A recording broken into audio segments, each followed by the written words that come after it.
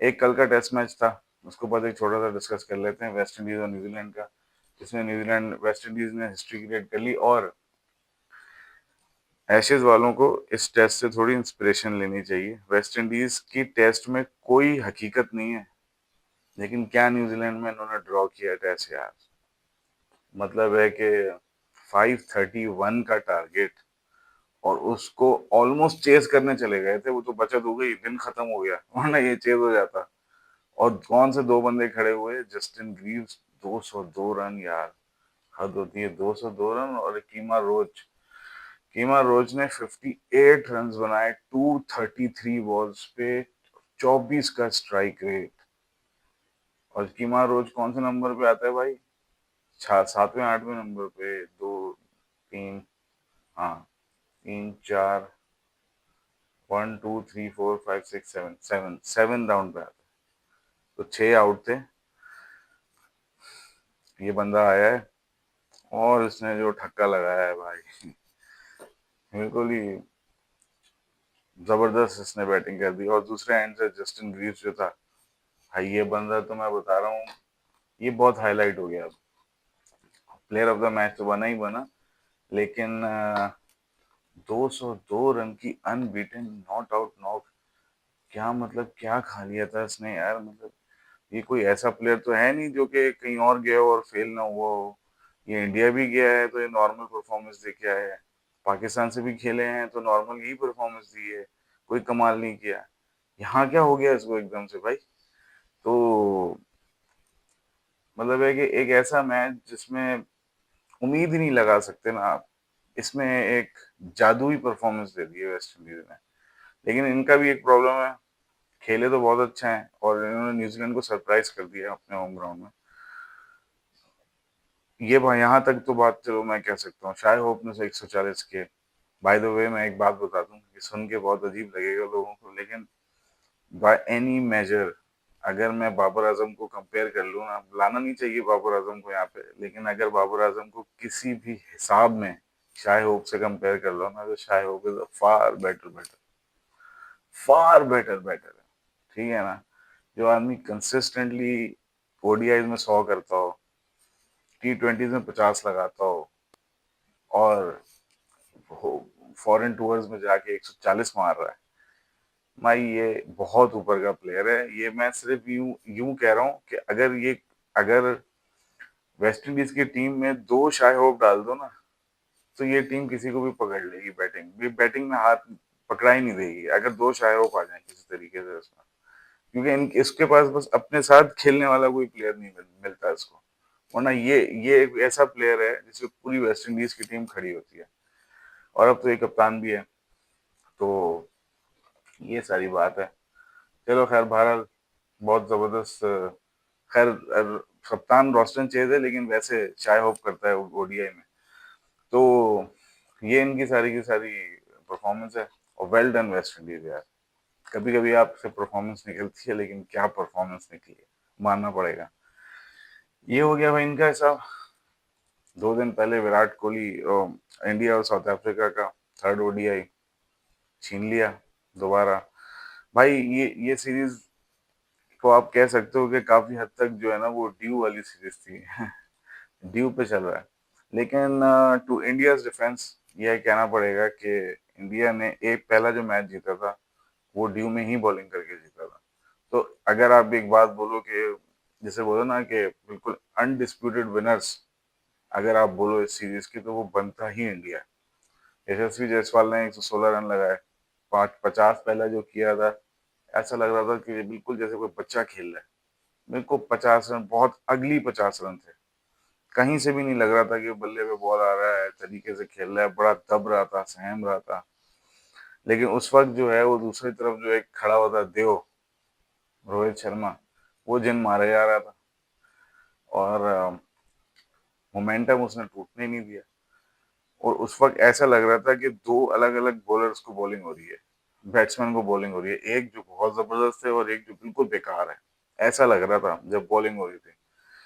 लेकिन जब रोहित शर्मा आउट हुआ है, तो फिर यशस्वी जायसवाल ने बस इतना किया कि वो कंटिन्यू करता गया और स्कोर करते करते करते करते स्कोर चलाते चलाते ऑन मेरिट खेलते खेलते ही 100 पे पहुंच गया रन अ बॉल। और उसने ज्यादा कोई चांसेस नहीं लिए और कोई बहुत ज्यादा ऑपोजिशन पे अटैक नहीं खोला।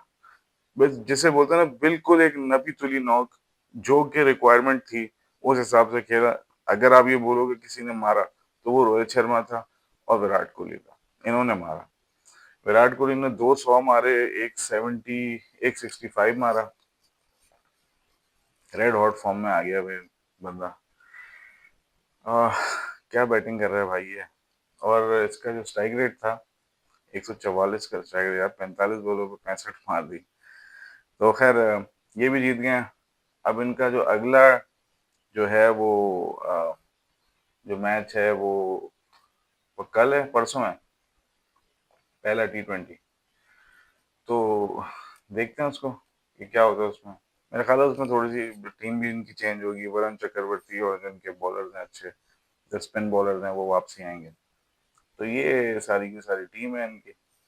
और इसके अलावा जो है एक छोटी सी चीज और है, इसको बस मैं टच करूँ फिर मैं अपनी वीडियो क्लोज करता हूँ।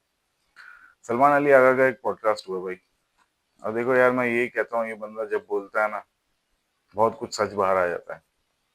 इससे एक सवाल पूछा बाबर आजम के बारे में कि जी बाबर आजम को की फॉर्म नहीं थी और उन्होंने आपके अंडर परफॉर्म किया, तो आपको क्या लगता है कि आपने क्या उसे कुछ समझाया या कुछ किया? बड़ा उसने कोशिश करी उससे पूछने की। बड़ा नाइस आदमी है यार ये। इसने बड़े तरीके से इसका जवाब दिया कि जी जो जरूरी हमारी डिस्कशन होती है एज अ फ्रेंड, वो मैंने उसको दे दिए जो भी मशवरे थे। बाकी ये कि बाबर आजम एक बहुत अच्छा लिसनर है और वो सबके मशवरे सुनता है और फिर उसमें से जो मानना होता है वो मान लेता है। हमारा यही तो शिकवा था भाई, यही तो शिकवा है हमारा उससे कि सबको मत सुनो। हर if you are a good listener, इसका मतलब ये नहीं है कि सबको सुनने बैठ जाओ। Only listen to the people you trust. उसके उसके वहां से गेम बनती है आपकी। खैर बहरहाल, इस बात का क्रेडिट जो है वो सलमान अली आगा को ही जाएगा कि सलमान के बाबर आजम की जो फॉर्म वापस आई है वो टीम में टेंशन खत्म होने के बाद वापस आई है। और वो टेंशन खत्म करने का काम जो है ना, वो सलमान अली आगा और कोच माइक हैसन को जाता है क्रेडिट। इन्होंने टीम में वो एनवायरनमेंट बना दिया है जहाँ पर सब एटलीस्ट यहाँ से कंफर्टेबल हो गए हैं। फिर वो जो परफॉर्मेंस दे सकते हैं वो दे रहे हैं।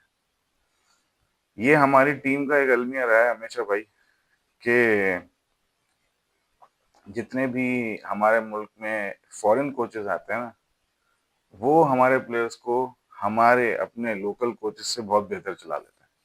हालांकि उनके साथ लैंग्वेज बैरियर होता है, उनके साथ कल्चरल डिफरेंसेस होते हैं, लेकिन वो गोरा आगे हमें ज्यादा बेहतर समझ लेता है और चला लेता है बनिस्बत उसके जो हमारे अपने कोचेस होते हैं। मिसबा उल हक, बहुत ही बुरा एक्सपीरियंस है as a coach. Waqar Younis, इंतहाई बुरा एक्सपीरियंस एज अ कोच। ठीक है, जावेद मियादाद भी अच्छे कोच थे, लेकिन उनके साथ अब शाहिद अफरीदी के साथ उनकी भी अनबन चलती थी, तो उनका भी मामला ऐसे था। हालांकि जावेद मियादाद के अंदर बहुत अच्छी हमारी टीम खेलती थी। फिर एक कोच आया था हमारा मोहसिन खान, वो जो हमारे साबिक बैट्समैन थे, वो उनके टाइम पे अच्छी टीम चली थी, पर उनको पता नहीं क्या हुआ था, कोई वजह थी या हटा दिया गया था या कोई और आ गया था, जो भी था। ठीक है, बॉब वुलमर जब हमारा कोच था तो उसने लड़कों को बहुत अच्छा हैंडल करा। ठीक है ना, टीम सबसे अच्छी परफॉर्मेंस बॉब वुलमर के अंडर निकालती थी। यूनुस खान तो कहता था मैं अगर इसके अंडर वो कप्तान बन जाता ओडीआई का, तो हमने तो बहुत आगे ले जाना था टीम को। तो हमारी हिस्ट्री ये बताती है, यानी ये दो अलग अलग मुल्क हैं, इनको कंपेयर करो तो समझ में आती है बात। हमारी हिस्ट्री ये कहती है कि हमें गोरा आगे बेहतर चला लेता है। वेराज अगर आप इंडिया को देखो तो इंडिया में अलग हिसाब है। इंडिया में गोरा आता है खराब कर देता है, और जो उनका अपना लोकल कोचेज होते हैं वो ज्यादा बेहतर चलाते हैं। ये पता नहीं कोई अजीब सा डिफरेंस है, हमें गोरे चला लेते हैं अच्छा, उनको लोकल कोचेज ज्यादा अच्छे चलाते हैं। उनके लोकल कोचेस बेटर ग्रूम्ड होते हैं और उनके अपने जाती कोई इंटरेस्ट नहीं होते अदर देन क्रिकेट। तो ये फर्क है। खैर बहरहाल, सलमान अली आगा की प्रेस कॉन्फ्रेंस की जो पॉडकास्ट थी उसमें एक तो बाबर आजम का सवाल हुआ और उसके बाद फिर उससे एक और सवाल किया कि जी आपकी जो 2027 आ रहा है उसमें आपके गोल्स क्या हैं? तो देखो यहाँ एक डिफरेंस आता है।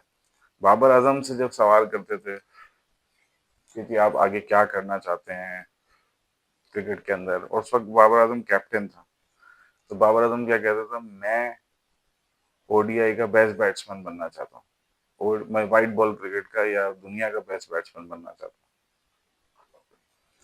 थे क्या वो कप्तान? अब ये भी एक कप्तान है। इसे पूछा जी आप क्या करना चाहते हो, तो उसने बोला जी इंडिविजुअल मेरा कोई गोल नहीं है। एक तो उसने यहाँ से ही अपने आप को अलग कर दिया कि भाई मैं बाबर आजम दूसरा नहीं हूँ, मेरा कोई गोल नहीं है इंडिविजुअल। मेरा जितना गोल है वो ये है कि मैं 2027 का वर्ल्ड कप पाकिस्तान को जितवाऊं, और 2026 में T20 वर्ल्ड कप जितवाऊं। अब T20 वर्ल्ड कप में तो ये कप्तान है, 2027 में तो कप्तान नहीं है, लेकिन वो कह रहा है मेरा गोल ये है कि मैं 2027 के वर्ल्ड कप जितवाऊं पाकिस्तान को। हालांकि वो ये कह सकता था मैं ये चाहता हूँ कि मैं एटलीस्ट जो है वो 100-150 रन लगाऊं, मैं ये करूं, फलाना करूं, ढमका करूं। लेकिन उसने सीधे सीधे ये बोला कि भाई मैं टीम के लिए ये करना चाहता हूँ। देखो ये डिफरेंस है, जिसे बोलते हैं captain material. Salman Ali Agha is a complete captain material, Babar Azam नहीं था। और ये बातों से फर्क पता चलता है। एक कह रहा है मैं इसलिए खेलना चाहता हूँ कि मैं दुनिया का बेस्ट नंबर 1 बैट्समैन बन जाऊँ। एक ये कह रहा है मैं चाहता हूँ कि मैं पाकिस्तान को T20 और ओडीआई वर्ल्ड कप जितवा दूं 2026-2027। तो ये भाई फर्क है। तो ये एक सवाल और उससे हुआ, उससे पूछा कि आपको जो है वो इंडिया, आपको क्या लगता है कि पाकिस्तान के मैचेस जो इंडिया के साथ हुए, और आपकी जो टीम जिस तरीके से शेप अप हो रही है, अब हम ट्राई नेशन सीरीज जीते, बायलैटरल ऑलमोस्ट सारे ही जीत रहे हैं सिवाय एक इंडिया के जो हम हारे। तो आपको क्या लग रहा है कि हमारी टीम कैसी, इसमें मजीद कोई चेंजेस की गुंजाइश है या हमारी टीम फाइनल हो गई है वर्ल्ड कप के लिए? तो उसने बोला कि जी मुझे नहीं लगता कि इस टीम में अभी मजीद कोई चेंजेस ज़्यादा होनी चाहिए, ये प्रीटी मच यही टीम होगी जिसके साथ हम खेलेंगे। तो ये एक बहुत पॉजिटिव बात कर दी है। ये मुझे थोड़ा सा, मैं सोच रहा था कि ये क्या हमें बता रहा है या ये पीछे लोगों को बता रहा है कि भाई अब मजीद ना छेड़ना, बस हो गई है हमारी टीम फाइनल। मुझे लग रहा है ये पीछे वालों को ज्यादा था, ये जवाब हमें कम था, ऑडियंस के लिए कम था, पीछे वालों के लिए ज्यादा था कि भाई टीम हमने बना ली है, अब जो है यही खेलेगी बस। तो मुझे ऐसा लग नहीं रहा है कि और उसने ये बोला कि अब हमारे पास 6 गेम्स रह गए हैं या 8 गेम्स जो भी रह गए हैं, 6-8 गेम्स से ज्यादा तो नहीं होंगे ना, 10 कर लो, बहुत ज्यादा हो गए तो वो ये कह रहा है कि 6-8 गेम्स हैं, अब आप मजीद एक्सपेरिमेंट करके वर्ल्ड कप में नहीं जा सकते, उसने ये जुमला बोला। तो इससे मुझे ये सेंस हो रहा है, अच्छी जो मुझे खुशी हो रही है सुन के, वो ये लग रहा है कि शायद शादाब कंसिडर नहीं होगा, मुझे ऐसा लग रहा है। इसकी बात से मुझे ये लगा कि ये मैसेज पास ऑन कर रहा है अपनी पॉडकास्ट के जरिए ऊपर कि भाईजान अभी शादाब नहीं हो सकता कंसिडर, क्योंकि जारी बात है वो जूनियर है इस्लामाबाद यूनाइटेड में, उससे जूनियर से मतलब है कैप्टन नहीं है, उसके अंडर खेलता है। तो वो ये तो डायरेक्ट आके नहीं बोल सकता कि अभी हम शादाब को नहीं लेंगे, इतना तो अभी पावरफुल नहीं हुआ वो। लेकिन उसने अपना मैसेज पहुंचा दिया ऊपर कि यार वर्ल्ड कप जीतना है तो प्रीटी मच यही टीम है, अब इसमें मजीद छेड़छाड़ मत करो, पीछे स्पिनर बहुत पड़े हैं, बॉलर बहुत पड़े हैं, ऑलरेडी इतने ऑप्शन है।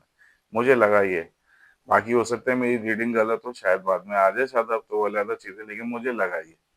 तो गुड रिप्लाई। और मुझे बहुत अच्छी पॉडकास्ट लगती है जब बोलता है, बड़ी समझदारी से बात करता है यार, बड़े टाइम बाद पाकिस्तान को एक समझदार और सही बोलने वाला कप्तान मिला है, तो खुशी होती है इसको सुन के। खैर मेरी वीडियो आज यहीं तक है, अब देखते हैं आगे जो भी क्रिकेट होगी उसको फॉलो करेंगे। वीडियो को लाइक कर लिया, चैनल को सब्सक्राइब करें, कमेंट करें।